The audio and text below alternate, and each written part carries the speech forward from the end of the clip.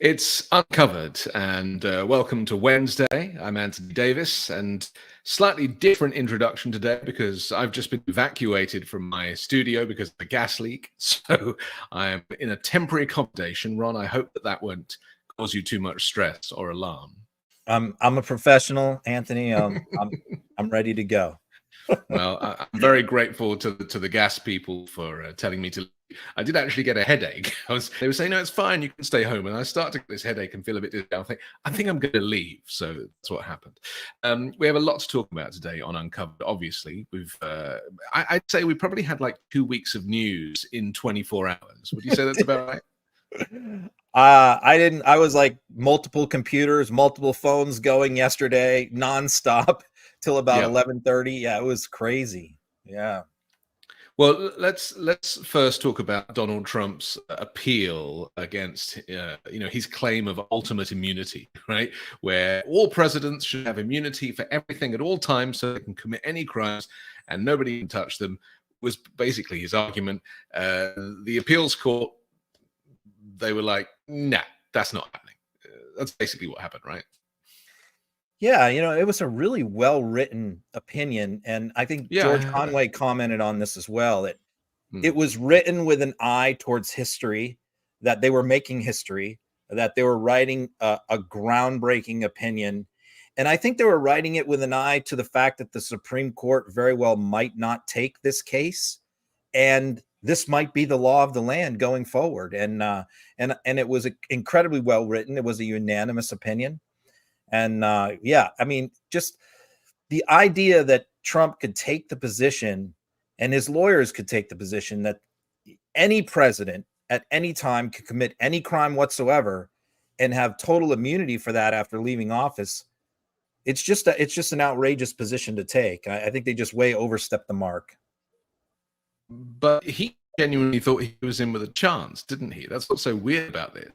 When I was writing about it and covering it, I just put that his claim of absolute immunity was just ridiculous. It's like anybody who lives in reality is like, that is just ridiculous. So did he really think that, there was a good chance they were going to go, something, you're right, presidents should be able to do what they like? I mean, it was a typical Trump production where he overreached. And if he had been smart, and I think his lawyers are smart, but they're only allowed to argue what he lets them argue. And if he was smart, they would have really focused on saying, no, presidents don't have blanket immunity. They can be prosecuted under certain circumstances, but these are the but these are the circumstances, and kind of tried to make it very fact specific on his case and try and argue that when he was challenging the election results, that was part of the official duties of a president. But instead of making that sort of argument, and arguing why challenging an election is part and parcel of the duties of a president, they instead just argued for this wide open blanket immunity. No president can ever be prosecuted. And I think that the judges really illustrated the absurdity of that position by saying, what if you sent SEAL Team 6 to assassinate your political opponent? Could you be prosecuted? And they basically answered no. So I think that they just blew it by just overshooting the mark. And look, they're going to have to get 4 justices to agree to take this case. I think it's 5 justices for there to be a stay. The judges on the DC Circuit Court of Appeals set a very quick deadline, which is, I believe, Monday. Yeah, they have until the 12th to file their writ of certiorari with the Supreme Court. And I'm very doubtful. I'm very skeptical that the Supreme Court is going to take this. I think Trump and the people on the right just assume that that's going to happen, but I don't assume that at all. I did assume it was going to happen, but I've now changed my position based on how well this has been written and the fact that it is arguably now a historic document, or an historic document, that I think that anybody in the Supreme Court, no matter what their stripes, are going to have a real hard time arguing with the way that this has been presented. I presume that was the idea, right? They did it, they wrote it like this because they just knew that if it was what we call in England belt and braces written, right? I's dotted, T's crossed, that of course the Supreme Court can't even consider it.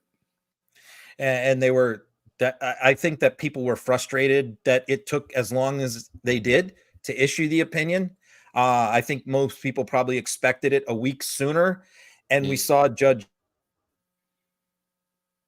shut good, and then she was supposed to pull the case off the trial docket, and then a few days later the opinion comes out, and I think that the extra week, the delay, was to make sure that they had this lockdown, that they covered every possible argument. And the Supreme Court justices who will look at this, who will have to decide whether to take it, might go, you know what, we can't touch this. This is so well done, it's so well reasoned, and so well written that it's quite clear to everyone going forward, we don't really need to weigh in here. And I think that that's the way they wrote it. And I'm at least 50-50 that they will not take this. If they do take it, if they don't take it, we're looking at probably a May trial date. If they do take it, then we're going to get pushed back into probably July or August. And that could be a reason just to consider it, right? To cause a delay, to help Donald Trump push it into the long grass, so that he can win the election and pardon himself. I mean, we shouldn't put it past 3 of the justices, at least, who are Trump appointees, who are very likely. I mean, I don't doubt that he's on the phone to them now. Yeah, well, he can't do that. I mean, they're not allowed to talk to anybody. But he'll still ring them, though. They might not answer, but he'll still call. He'll still call. Right? They're not allowed to talk to him. But yeah, he might try some back channels through Ginny Thomas or something. But right. But yeah, I don't. I think that also you look at the Bush v. Gore case, and in that situation, the Supreme Court was very sensitive to the time frame, that it had to be decided very quickly because of the time frame of the election calendar and the swearing in and the inauguration and all that. And I think we have the same thing here. I think that they're conscious of the election calendar. I think that they want to get this done in an expedited way so that this can get back on the trial docket. So I think if they do take it, they will speed it up. But for the Supreme Court, a month is fast. Yeah. A few people on the right had something to say about the decision from the appeals court, right? Stephen Miller, most interestingly, he, of course, a former Trump advisor, speechwriter, confidant. Let's take a look at him literally schmelting down over this reaction. Here it is. What if I find a judge and I find a prosecutor who says he opened the border to help him win re-election, to get more illegal aliens to vote, and he fought election integrity at DHS and DOJ as part of his conspiracy? So that's a RICO violation, it's a civil rights violation, and it's sedition. That's several hundred years in prison for those violations. And I have a judge and a prosecutor who also say, you go to jail, Mayorkas goes to jail, everyone in your administration goes to jail, and your immunity is a worthless piece of something. I like the way you cut it there. Very clever. I mean, what did they expect? The people in Trump's orbit. I mean, did they think that he had this sewn up? That's a good question. I think that they thought they had a better chance than how the opinion came out, which is just a blanket. No, they didn't even compromise with him or put some sort of framework out there that he might make an immunity case at the trial court level. They just said flat. I think they weren't expecting such a beatdown. By the way, I see I froze a little bit, but by the way, who tweeted that? I tweeted that Stephen Miller clip. Elon Musk tweeted that earlier today, my tweet. The first time that Musk has retweeted one of my tweets. He retweeted that one with a warning. And his warning was the same as he echoed Stephen Miller's sentiments there, which is Biden better be careful what he wishes for. I mean, that's basically what Miller is threatening there, is that, when we get into office, we're going to prosecute you, is what he was saying. And that's basically what Musk said. Musk took that clip of mine and said, hey, you live by the sword. What he did is he said, you live by the sword, you die by the sword. So these are, the right-wing fascists warning, the people in the Biden administration that they could be next. What a lovely bunch of people. Let's talk about Alejandro Mayoras, of course, who's head of Homeland Security, who famously, they're trying to impeach him over the last week, and they've finally had the vote last night, and he's got saved by one vote, effectively. Not very happy about it. And I'll just show the clip where Mike Johnson, the Speaker of the House, announces the final tally, and just listen to the reaction from the crowd. The resolution is not adopted.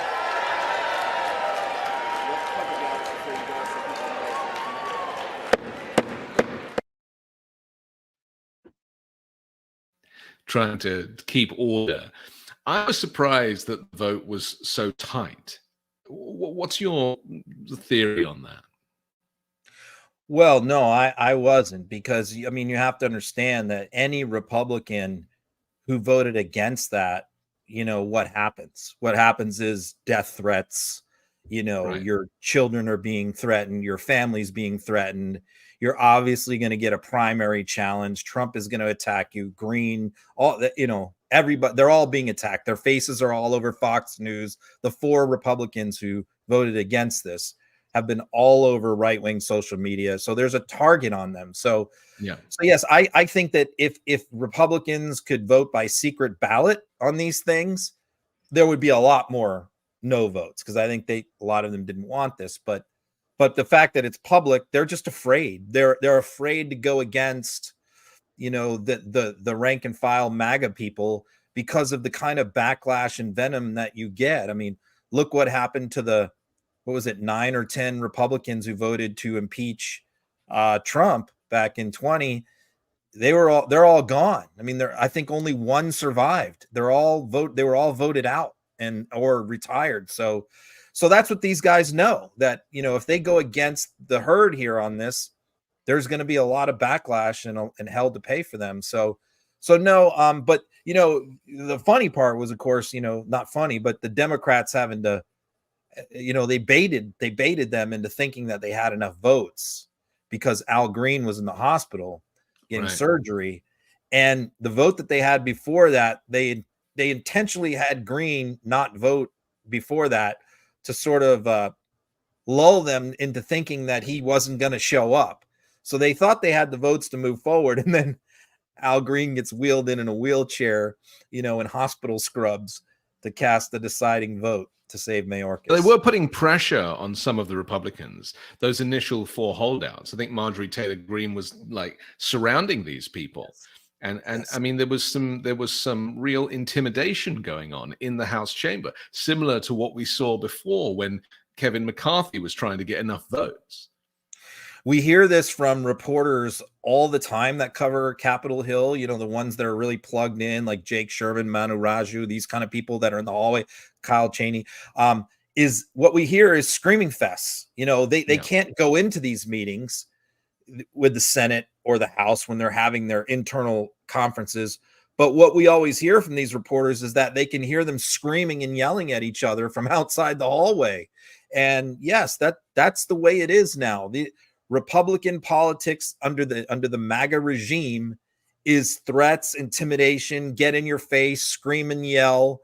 I think this is eventually going to stop, because there's the handful of people who go against them are all going to be gone, you know, and pretty soon there's not going to be anybody left that's going to stand up to these people. The other funny thing is, you know, Gates is getting some backlash here because, you know, he's the one who ousted McCarthy. And if they had McCarthy's vote or Santos's vote, you know, this would have passed.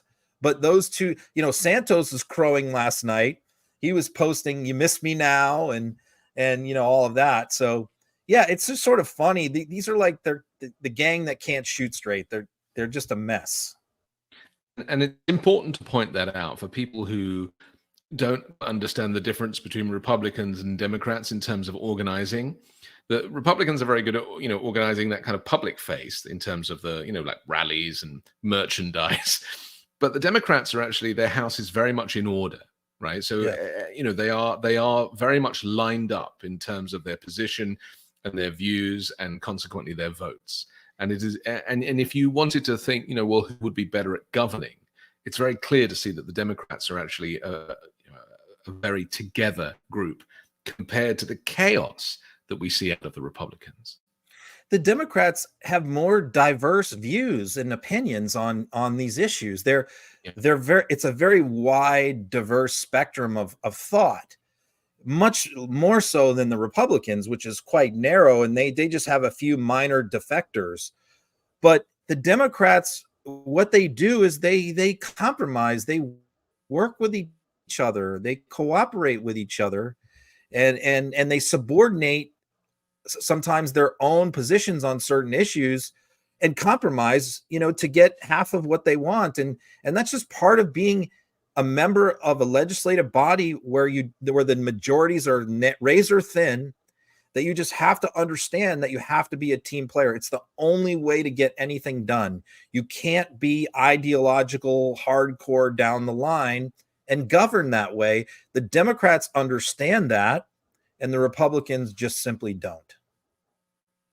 So the big kind of hat trick of events that has gone on, Mayorkas doesn't get impeached. Trump is not immune from prosecution for trying to overturn the election.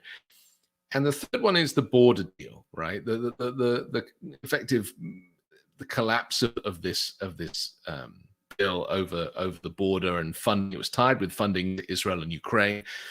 Just explain what's happened to that, because we know about Donald Trump putting pressure on people. He didn't want it to see the light of day because he wanted Democrats to look bad, and he wanted to then be able to come in and fix it after the election. Tell us what's happened to that. Well, you have to go back a month. A month ago is when, the Gaza-Israel conflict happened over a month ago, and there was a scramble to get an aid package to them, and Ukraine aid was also running out. We needed to re-up that. So the idea back then was to pass the aid package. And Republicans said, no, we're not going to do that unless you attach a border package to it, right? So this was at the request of MAGA. This is the excuse that they gave. Now, in hindsight, we see it was all nonsense. It was just an excuse. So what happens? The House isn't interested in any way in coming up with any kind of border bill. So Mitch McConnell appoints James Lankford, who is a conservative Republican, harsh Biden critic on the border, as their point man for the Senate Republicans to negotiate with Chuck Schumer a border bill, and they bring in some other people. And they go through all of the pain and agony. Both sides weren't happy. Both sides didn't get everything they wanted, but they got a deal done that was going to help, that the Border Patrol Union endorsed. But what happens, of course, as we all know, Donald Trump got involved, made the phone call to Mike Johnson, said absolutely not, because they don't want to lose the issue. But even then it was like, okay, well, we'll still move forward. This was as of yesterday morning. We're still going to move forward. We'll pass it in the Senate, and then we'll dump it into the House, and we'll expose them for the frauds that they are. But right before that is going to happen, Mitch McConnell pulls the rug out from under Lankford and says, no, we're not going to do this. The politics have changed. The political mood has changed, was Mitch's words, which meant that, Donald Trump was threatening the senators, making a bunch of phone calls, and they basically gave Mitch an earful. And we heard from reporters that they had a knockdown, drag out screaming session in their little conference where they're all yelling at each other. And Mitch comes out and says, okay, we're not going to vote for this. And the end result was James Lankford. The vote today did not pass. James Lankford got up and gave a very impassioned speech today about basically where he told the truth about what happened behind closed doors and said this was all a setup. He was set up. He was hung out to dry. And Mitch stabbed him in the back because of Donald Trump. What drives me crazy, Ron, is that Donald Trump still has so much power despite not being an elected leader. He's obviously the default leader of the Republicans, and that's kind of weird, isn't it? It's not like it is in England where the leader of the party will become the prime minister by default, and the party elects the leader. It's different. The system is different, and it just makes me a little crazy that Donald Trump, for all of his criminality and all of his court appearances, is still really has a really firm grip on what's going on in Congress and the Senate, just by nature of compromise and by blackmail and all those other terrible tools that he uses. The reason why he has that power is because of the way the primaries played out in 2022 in the midterms. Because still at that time, there was a decent number of Republicans that were willing to fight him and go against him and defy him. And he primaried them. He endorsed candidates to run against these people. And almost every, what he has shown, what he demonstrated in that because a lot of those people said, go ahead, primary, I don't care. I'm popular in my district. I've been reelected X number of times. I'm not worried about it. And then they found out how much hold Donald Trump has over their voters. And although Trump's endorsement doesn't really carry much weight in a general election, it carries a lot of weight in Republican primaries. And so only a couple hung on, like Nancy Mace. But what did the couple hung on who went against him? They immediately learned their lesson and caved and said, I don't want to go through that again. So the reason why he has this power now over these people is because he exercised that power in 2022 and showed them that he can take them out in a primary. It's a very sad indictment of kind of where we're at, really, that the dirty tricks is really the tools in his armory. And he doesn't understand doing anything legitimately. I think I made a video about this. Like, we've been trying to put Donald Trump into a box of normality. And we're like, he does this, he does that, he does this crazy stuff. It's like, he's not in any normal box. He's in a box all of his own. So he's grown up behaving in this way. He doesn't know any different. To him, it is normal. It's just for those of us that live in reality, his behavior comes over as being something that shocks us. But it's not shocking to him. It's normal to him. The way that the way Congress has always worked in the history of this country is that party leaders and the leaders of the House and the Senate understand that individual members sometimes have to stray off the reservation because of the particular district that they represent. Maybe it's ethanol. Somebody representing Iowa's got to vote for ethanol, even though philosophically, let's say their party is against it. Or there's so many issues like that. People in Alaska have to be for oil drilling, or representatives from Pennsylvania have to come out for fracking. These are things that party leaders always understood, is that politics is local in this country, and sometimes you have to let people vote their conscience.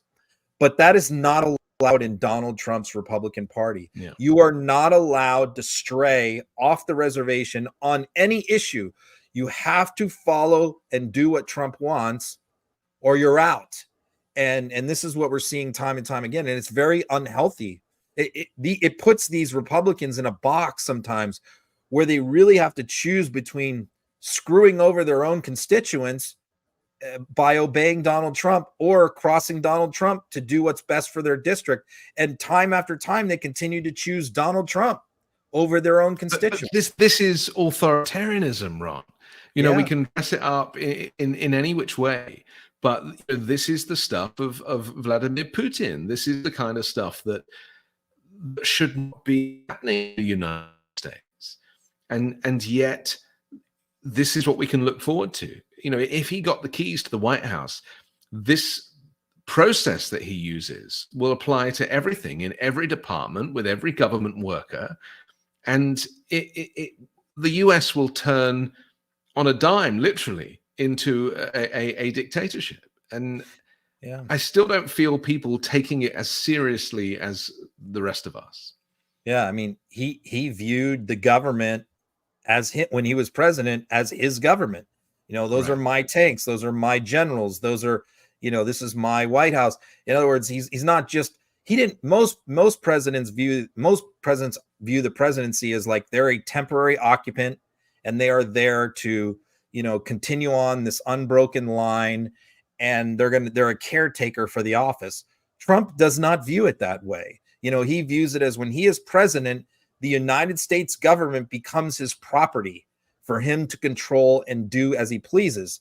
And as we know, in term one, there were a lot of people who stood up to him inside his administration, like General Kelly and others, who reined him in. Mark Esper, we can go on, who reined him in, even Bill Barr, and stopped some of his worst abuses. Although there were still plenty, okay, and they still went along with a lot of stuff they shouldn't have. It could have been worse, and it will be worse, as we know, because a second term, those people will not be there. Let's take a look at a clip of Steve Doocy, who was kind of responding to this to this bill. Let's take a look. And I know a lot of Republicans are against it because Donald Trump is against it.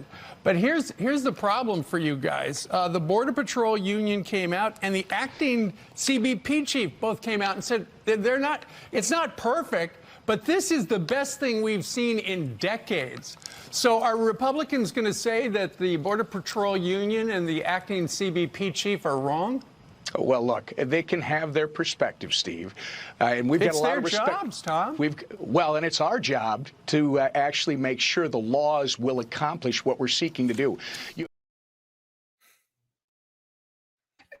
Is it fair to say, because you and I have argued this case before, that there actually isn't a border crisis that is being described by Republicans and by Fox and various channels? Because there's been other coverage recently by people who have actually gone down to various border checkpoints where there is no drama, and they've gone, and we have pointed out previously on this show that Biden has arrested and deported more people in his term than Trump ever did.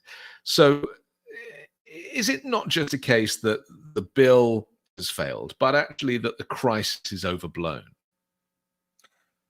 No, I don't think so. Again, because I wouldn't necessarily, I don't know, the word crisis can mean a lot of things to a lot of people. Well, that's the word that Republicans are using it, right? That's how they're branding it. But I, from what I've been reading in the last few days, there isn't a crisis. Everything is working really rather well.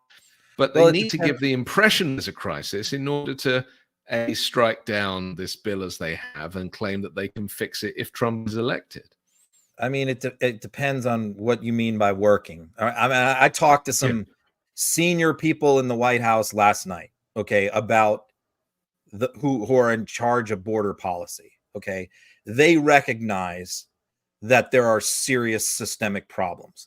Now, they're not saying that they caused these problems, but they are saying that there are long-term problems with the asylum system, with how people are processed, with how the cases are adjudicated, with where people are detained.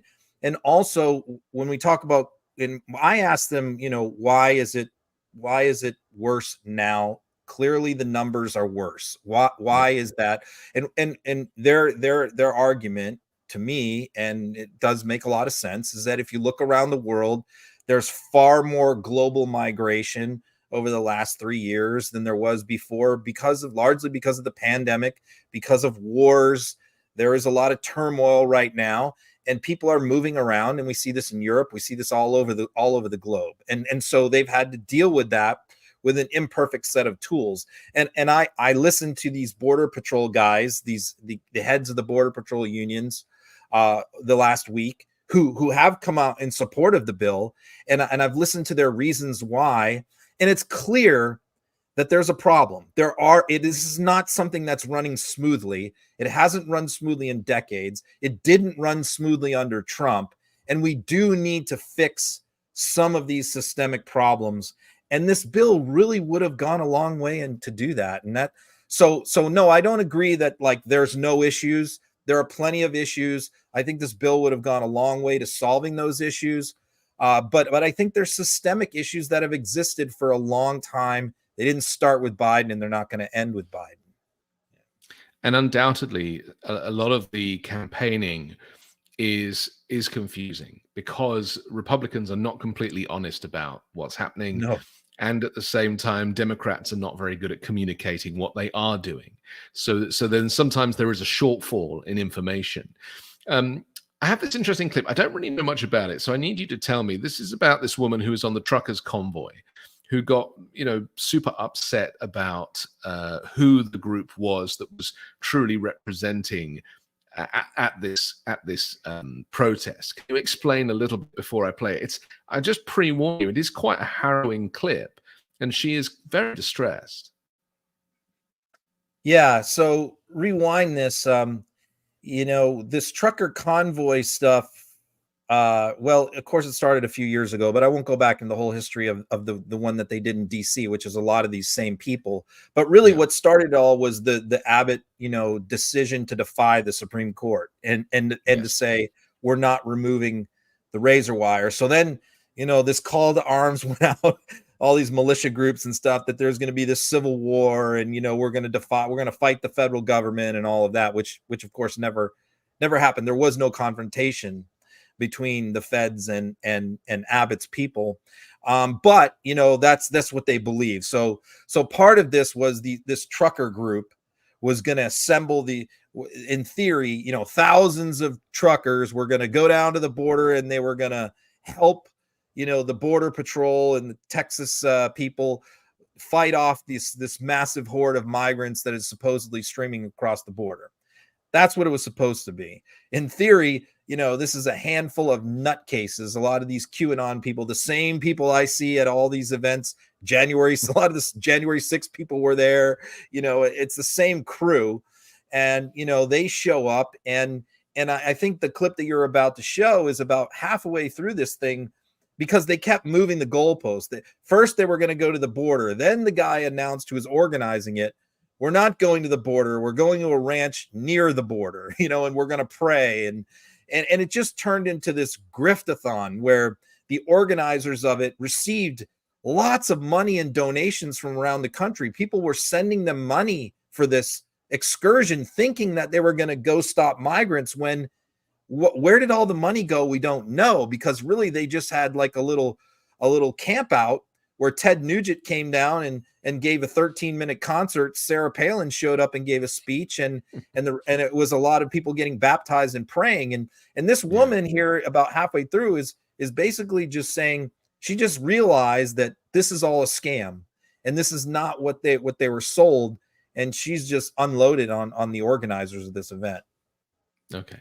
Here she is. To the Christians, do not be deceived. Stop thinking that everybody who waves a flag and shouts freedom is your friend and a good person, because we have people like this trying to join up in the movements. I found this out the hard way. I found it out the hard way. That not everybody is in things for the same reasons you are. I was in the People's Convoy, and what a fucking disappointment that ended up being. What a disappointment to find out that these people that you were with, they weren't like you. They didn't care about the country. They were a bunch of grifting motherfucking live streamers that wanted to make money off of the people in America who were hardworking and sending their money, little old ladies, old men, people who had to wait for their paychecks so they could give a little bit of money to help people drive around and shout freedom and fight for freedom.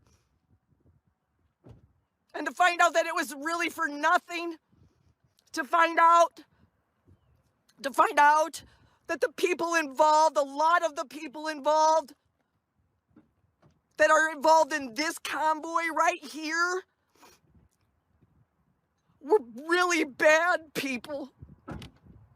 They were bad people who did not care about the causes that they joined. They used them for their own profit. How sad is that? When there's people who really, really fucking care. There's people who really sacrifice for the causes.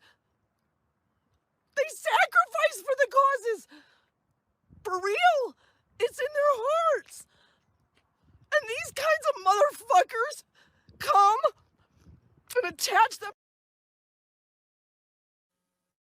I mean, I said it was a harrowing piece, and I apologize for the language, but she's really feeling it, and I feel bad for her because she has been duped like so many MAGA Republicans who have had to have, given money to the cause and who have joined in. And we've heard this from people who went on January 6th and are like, I totally regret going, but they told me that the election was being stolen and I had to come and save my country. I mean, there is a sad story here. And is that, some people are not as well read, or they're not as well traveled, and they don't see the bigger picture, and they don't have a sense of perspective. And if somebody in authority tells them that there's a cause, they go for it. I mean, I do feel for that woman. There are so many people in the MAGA movement just like her, that go to Trump rallies, and what they believe is the reality, is not the reality. And she got a glimpse behind the curtain at these organizers of this trucker convoy and saw them for what they are. And I believe that if they were really ever able to get a glimpse behind the curtain of Donald Trump, and to see what who he really is, and what he really believes, and what he really thinks about them, that a lot of them would react the same way. Okay, so I'm going to give you a Wi-Fi time to recover, because I have another clip. There we go. I want to show this clip of Sarah Palin and Ted Nugent that she was referring to. Here it is. Okay. Overall street where everybody's having gymnastics. Bikers, are you riding a bike? Well, you're going to be right out front.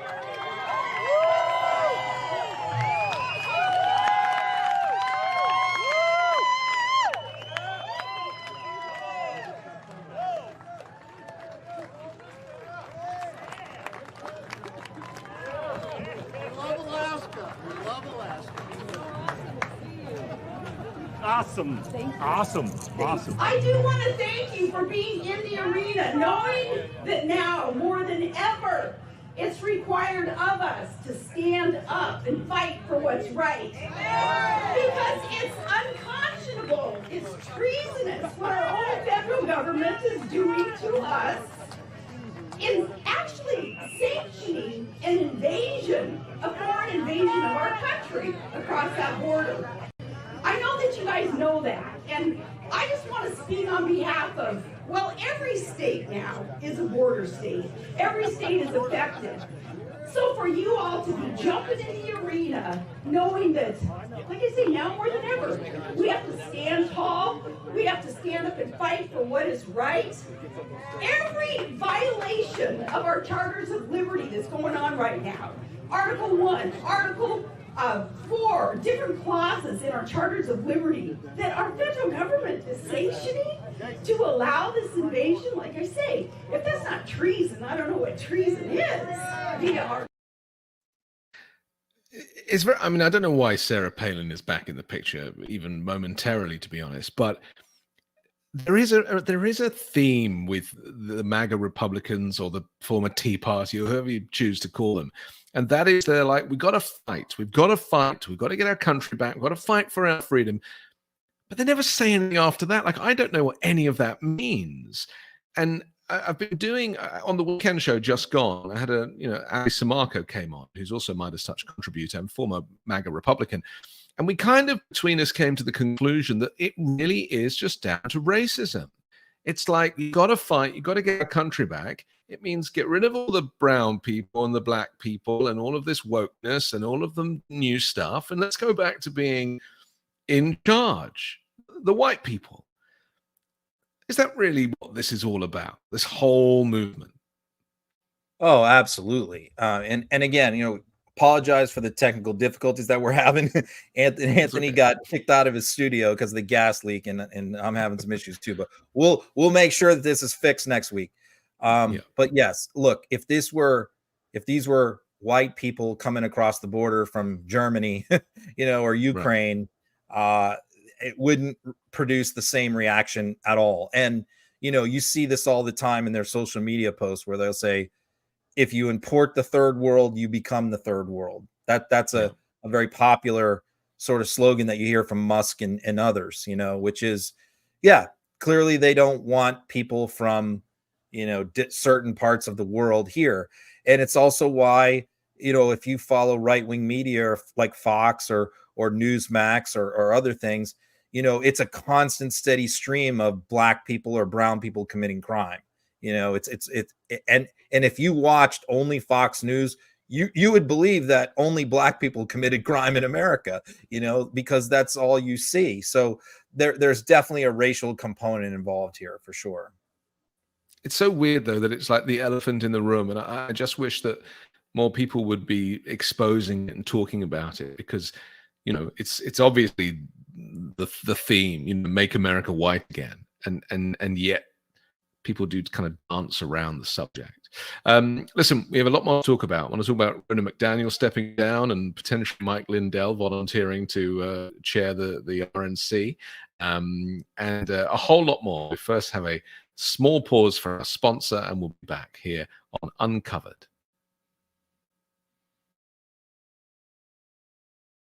Are you self-conscious about your smile due to stains? Are your teeth aging you?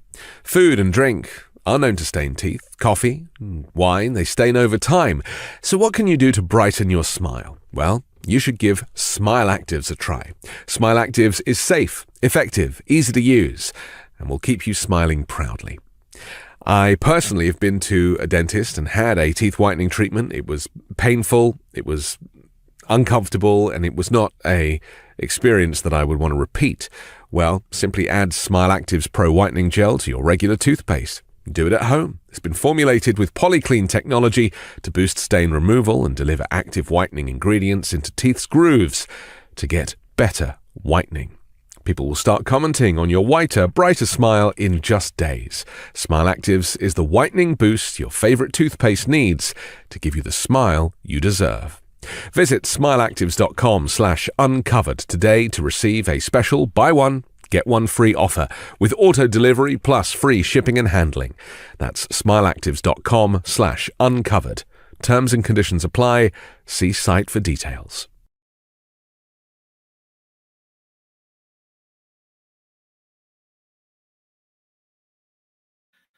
We're back. It's Uncovered on Wednesdays as usual. Slightly different setup today, only because I got booted out of my place because of a gas leak, and so we thought we'd gas here. I must thank my friend Eric, who's let me use his apartment down the street.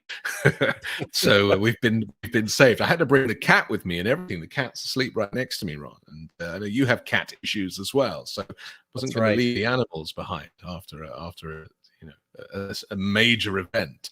Okay, let's talk about Mike Lindell, because I'll just play this clip. It's very funny. Firstly, well, actually, before I play the clip, tell me about Ronna McDaniel, because the pressure on her to step down is obviously something that people have been talking about. It's been a bit of a pressure campaign for a while, actually. So why now? When's it happening? I think that, well, she says it's not going to happen until after the South Carolina primary, which is in 2 weeks. And, I believe that. I believe that that's sort of what she negotiated. But this is a long time coming. Ronna has been the scapegoat for Donald Trump's incompetence.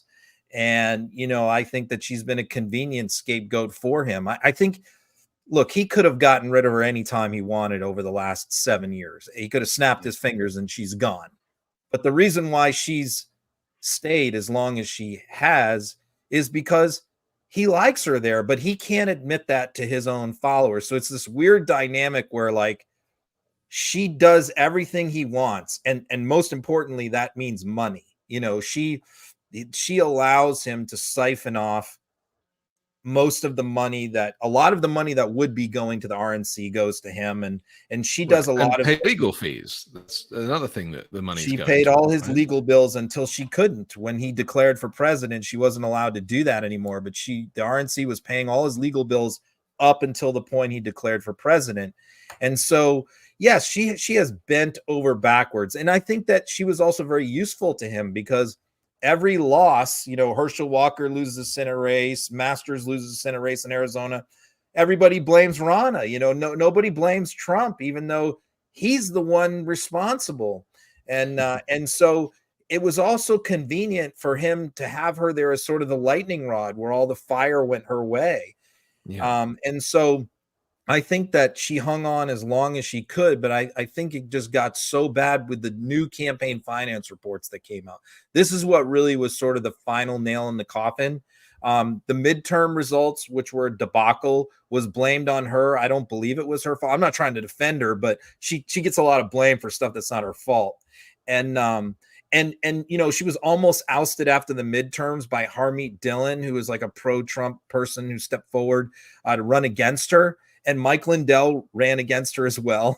And, you know, Ronna won quite handily because Trump did not undercut her. He did not say, if he said vote for Harmeet Dillon, Ronna would have been gone in 2022, but he didn't. And so she kept her job.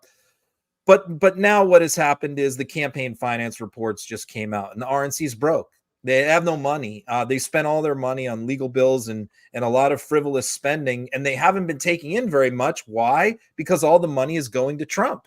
And they didn't take in that much from the debates as well. That's always a big fundraiser for them. But Trump killed them on the debates, undercut them again on their ability to make money off the debates. So yeah, I mean, it really, a lot of this stuff is not her fault, but she's taken the blame and now she's out. I mean, she's sort of trying to deny it a little bit, like, no, nothing's been decided. It clearly has been decided.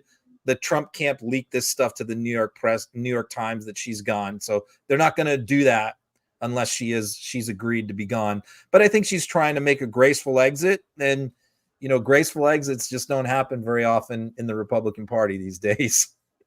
And it would be remiss of us not to say that she is actually a terrible person.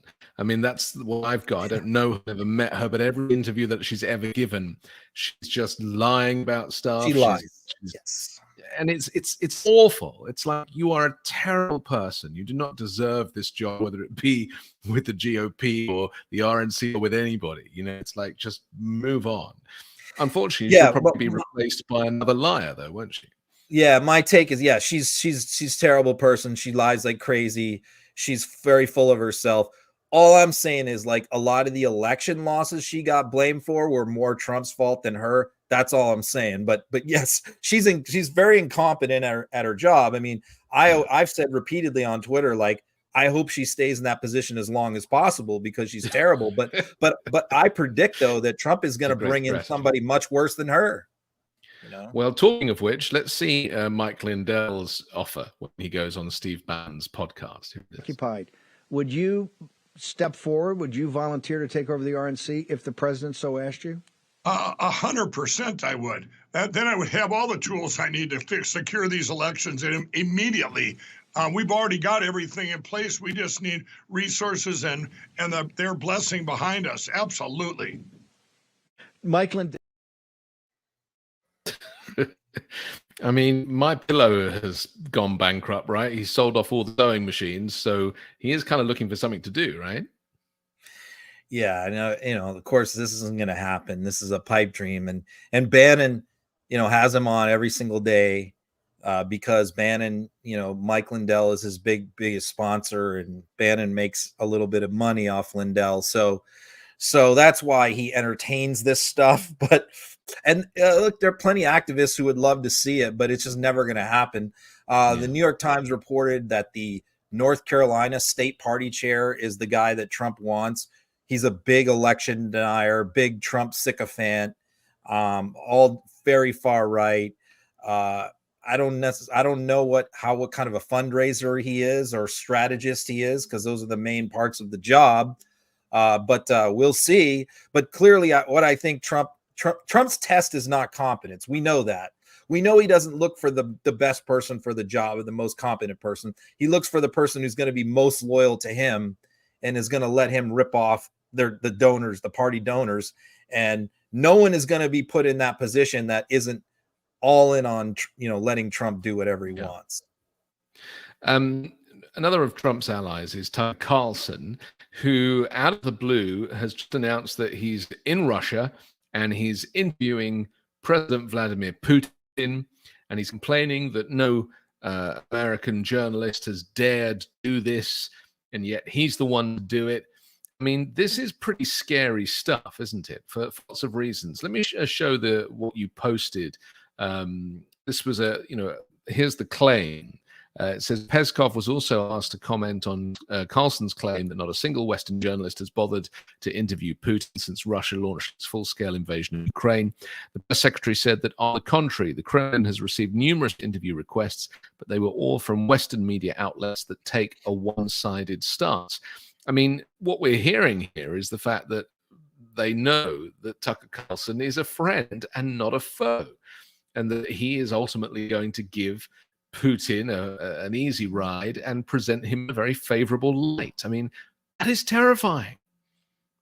Yeah, I mean, it's bad when Vladimir Putin's press secretary Peskov is saying like, no, that's not true. I mean, when they're checking you on your lies and they're professional liars, it's pretty bad. So yeah, Tucker put out his little propaganda video where because what was happening was, everybody got word that he was over there, and we know that he's been trying to interview Putin for a long time. And his story, what he claims, is that when he was exchanging text messages back and forth between the Kremlin and himself, that the NSA tapped those communications, and that he supposedly had a friend in the NSA that tipped him off that the government was monitoring this. Now, again, the Biden administration has been asked about this. They deny Tucker's claims that anybody was monitoring his text messages. What I believe was really happening was Fox was saying, hell no. We already get a bunch of abuse and criticism that you're a Russian agent and that you're Putin's stooge on our network. We are not going to have you go over and interview this guy. So I think it was Fox that blocked it more than anything. But now, of course, he's liberated from Fox, so he's able to do what he wants.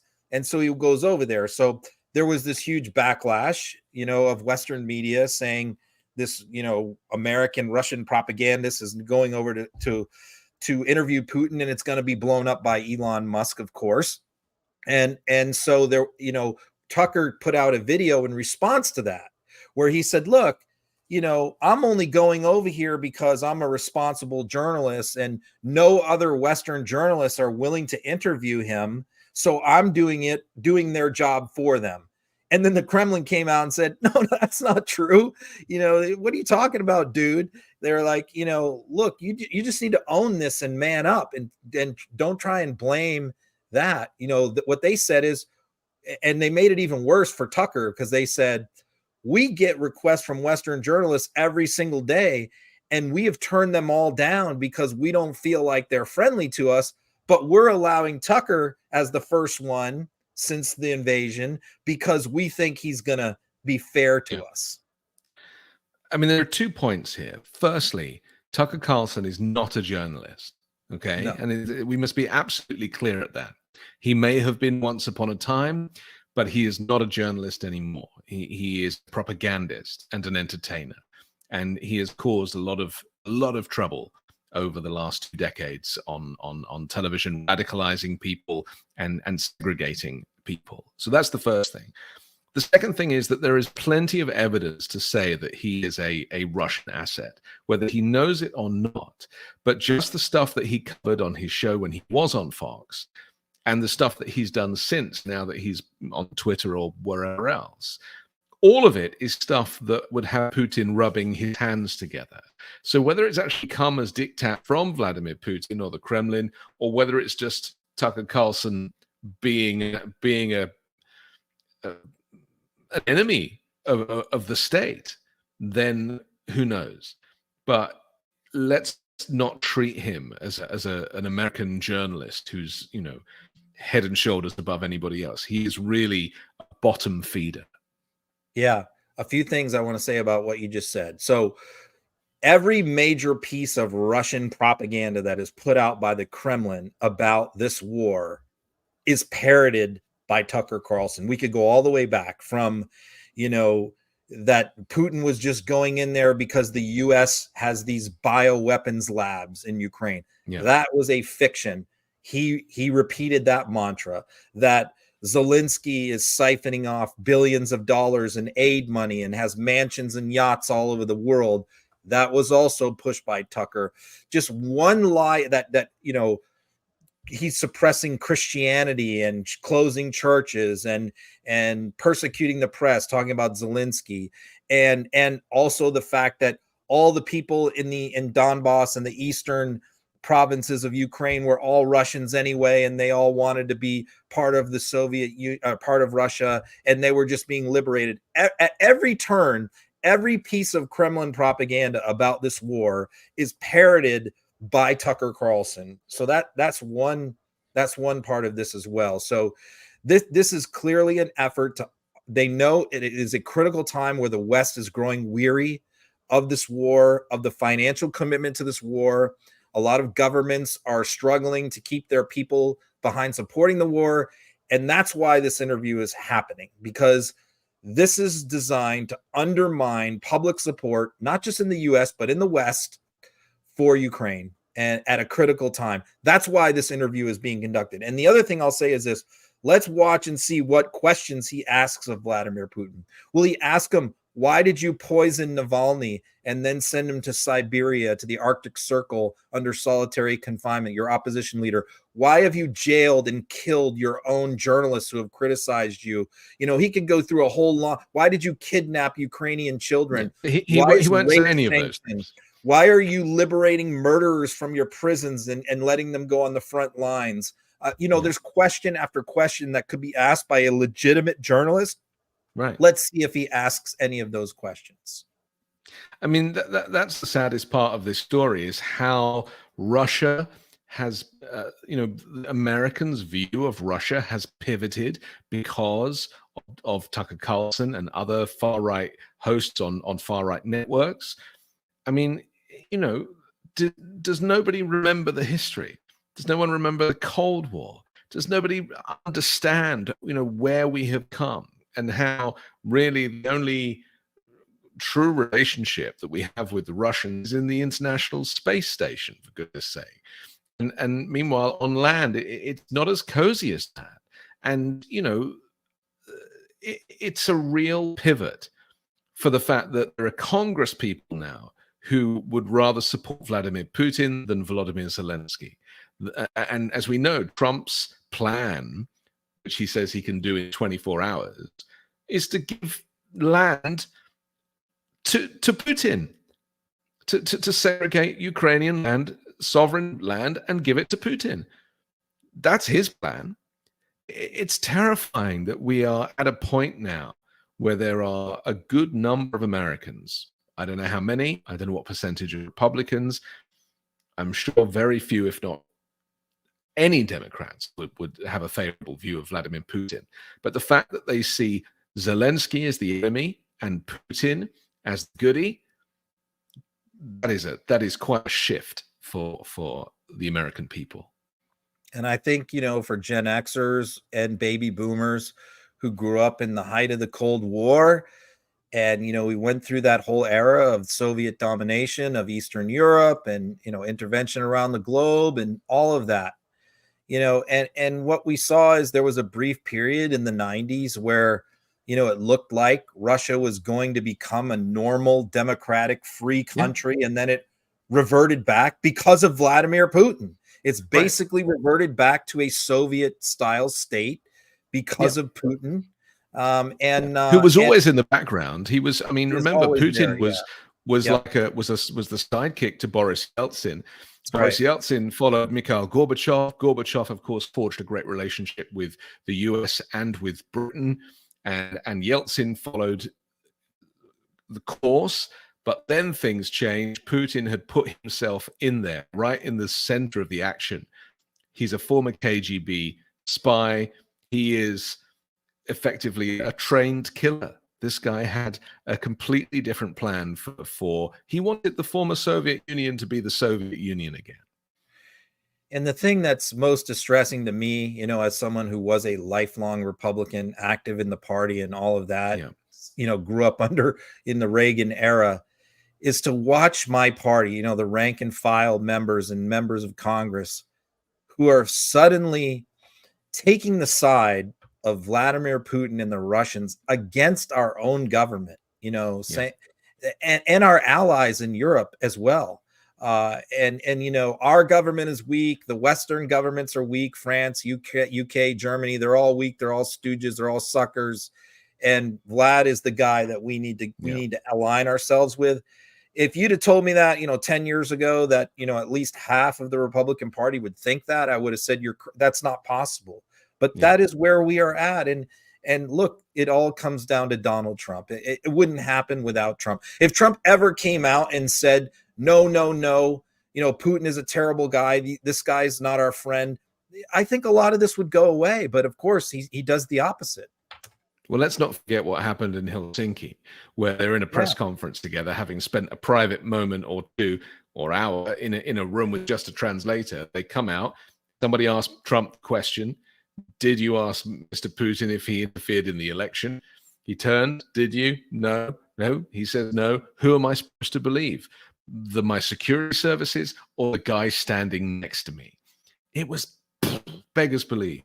And that is... And he doubled down on that again recently, you know, when he's been pushed on that very same question. He doubled down. Trump is an asset.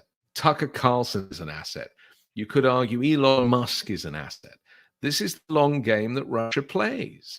And you know, they are very happy with how the US is turning in on itself, you know, and I think, effectively. You know, we do focus a lot on Trump and the politicians, but you cannot underemphasize the paradigm shift that has occurred with Elon Musk, you know, becoming a dominant figure in social media platforms and in other areas as well.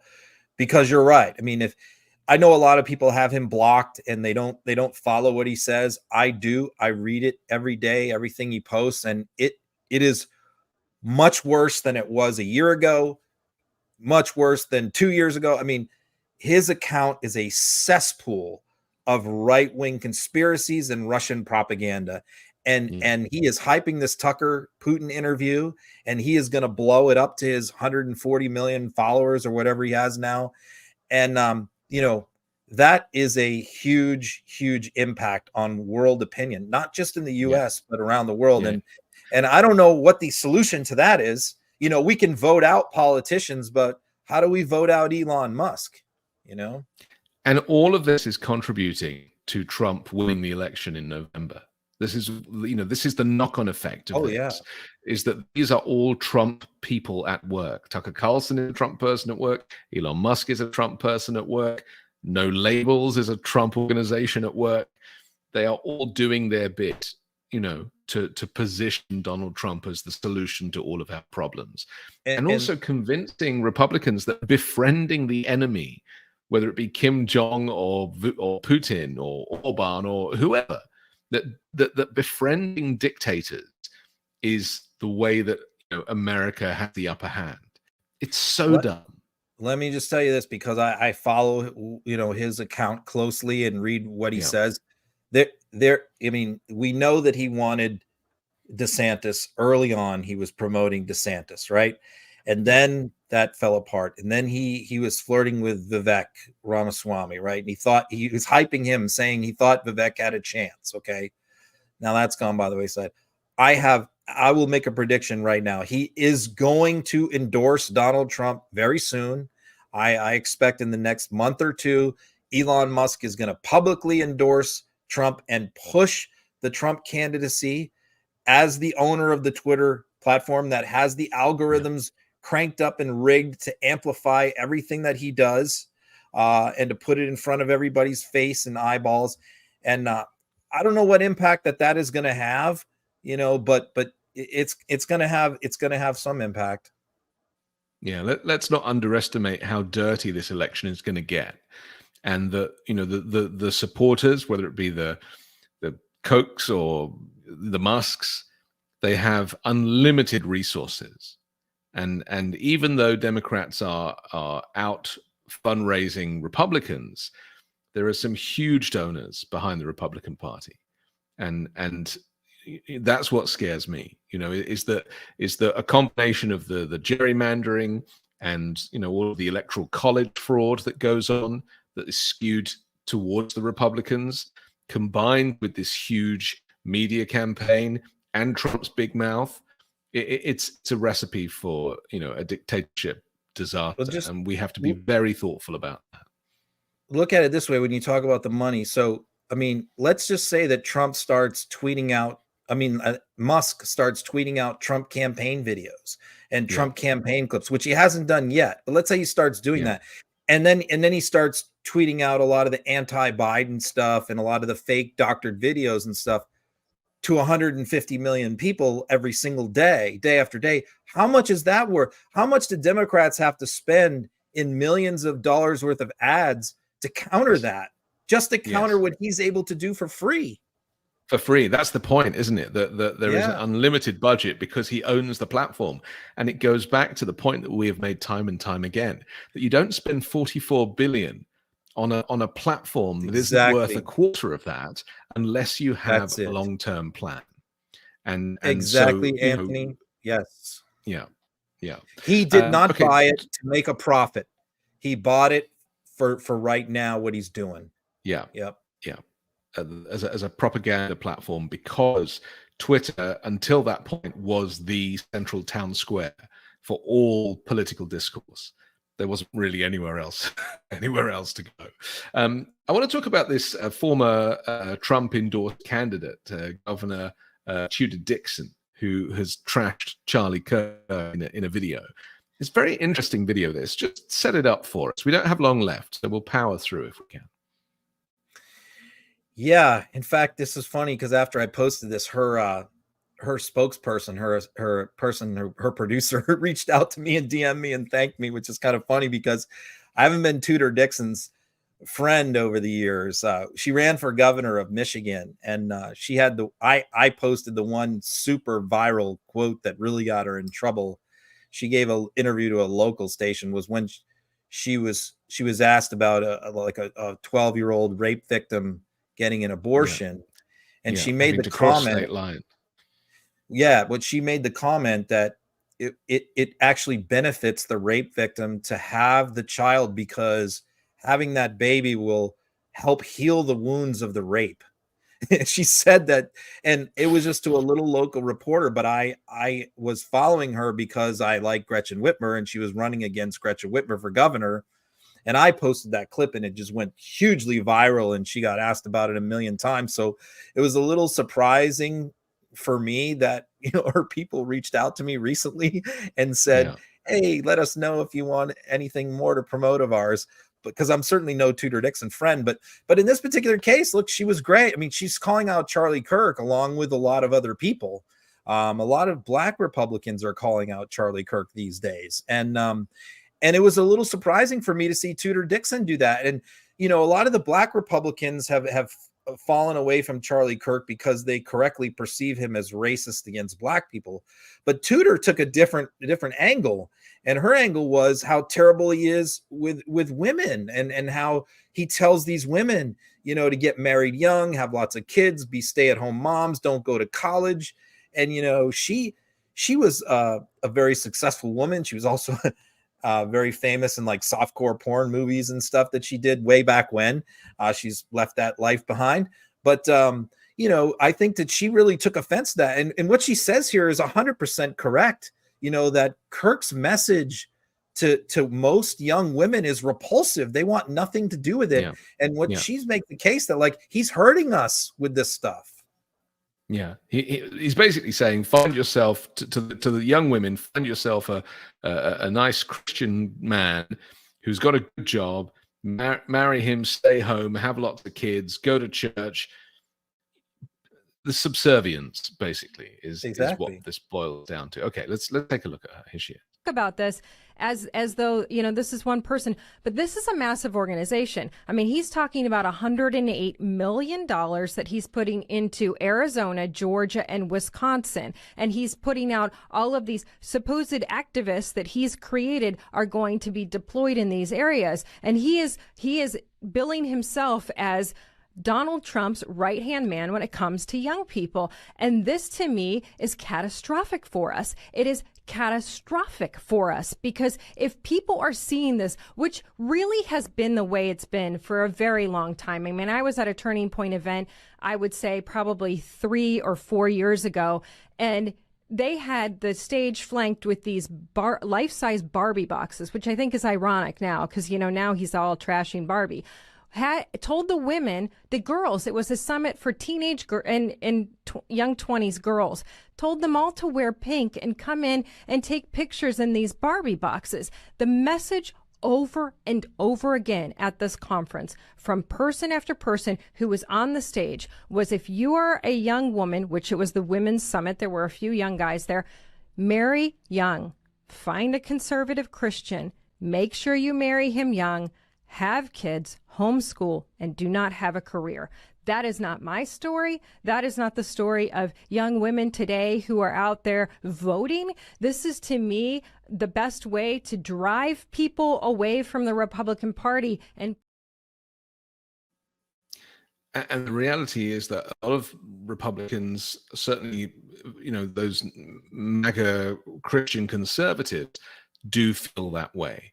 And we've heard that from the likes of Marjorie Taylor Greene and so forth. So is this the case that younger people who maybe are not yet married, who do have access to social media, who are not maybe in that kind of algorithm bubble of this kind of Christian nationalist narrative, that they actually might be looking outside of their information silo for inspiration?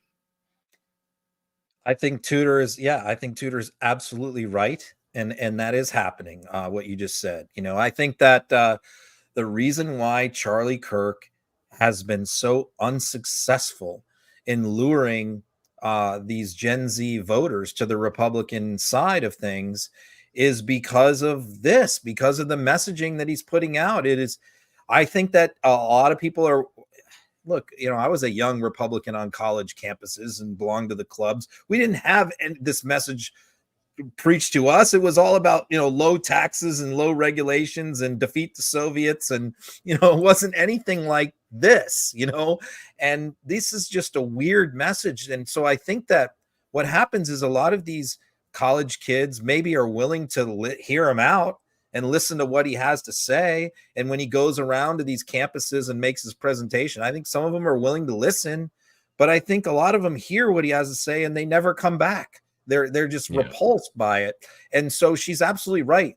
He is probably their number one problem with attracting young voters, especially women and minorities, because they correctly see him as overtly hostile to them. And so, yeah, but you know what? Who his biggest enemy is in the hierarchy of the Republican Party was Ronna McDaniel. Ronna McDaniel couldn't stand Charlie Kirk and vice versa. So he's celebrating Ronna leaving, because probably what that's going to mean is that Charlie Kirk's position inside the Republican Party is actually going to be strengthened. Interesting. Okay, we have to finish. One more quick thing. Do you remember when Biden went and basically went onto the picket line with auto workers, and it was amazing, and it was historic, really, for a president? Well, Donald Trump claimed to do the same thing, but it turns out that actually what he did was pay $20,000 to stage a fake rally of striking union auto workers. This is back in September, with non-union workers holding up union members for Trump signs. This is the story that you've written about and posted about on MeidasTouch.com. I encourage people to kind of go take a look at it, because it's very interesting. But if that is not proof, Ron, of who Donald Trump is, that he cares nothing for the facts or for the substance or for the public service, it's all about the photo op. At Meidas, you know, we have been all over this story from day one, going way back to when this first happened. I think it was in September, because we are very pro-union at Meidas, all of us. And and I have also talked about how Trump stages these events and how his advanced men are out there and they have all these people. We've talked about him doing it at football games, diners, pizzas, all this stuff. And so when he did this event, it didn't smell right. We uncovered that, you know, this wasn't a union shop. that it was a non-union auto parts plant, that this rally was being done after working hours when all of the workers at that plant, most of them had gone home. They didn't stick around for Trump. And so it was, and plus it was the timing of it. You know, this was being done to counter Biden going to Michigan on the picket line. So, and then we see these people holding up these union signs, and some of the reporters who were there talked about the fact that they talked to some of these people and they couldn't find a single union person in the crowd. So it was always very suspicious and very shady. And then what happens is the campaign finance reports come out a week ago, and we learn that this was all bought and paid for. This was all a fake production that they paid I don't know if they paid these people or what. They bought them pizza, you know, $20,000 was spent on something. Okay. It wasn't they claimed it was venue rental. No, they didn't rent the venue for 20 grand. They gave them the venue.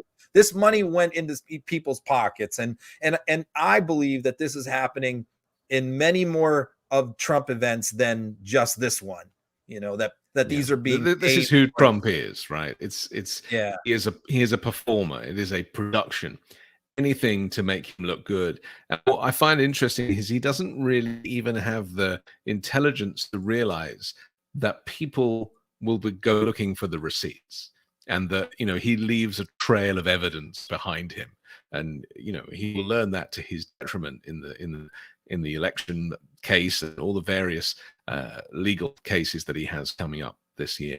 Okay, we have to finish, but Ron, thank you. Again, thanks to Eric for lending me his apartment because I got gassed out of mine.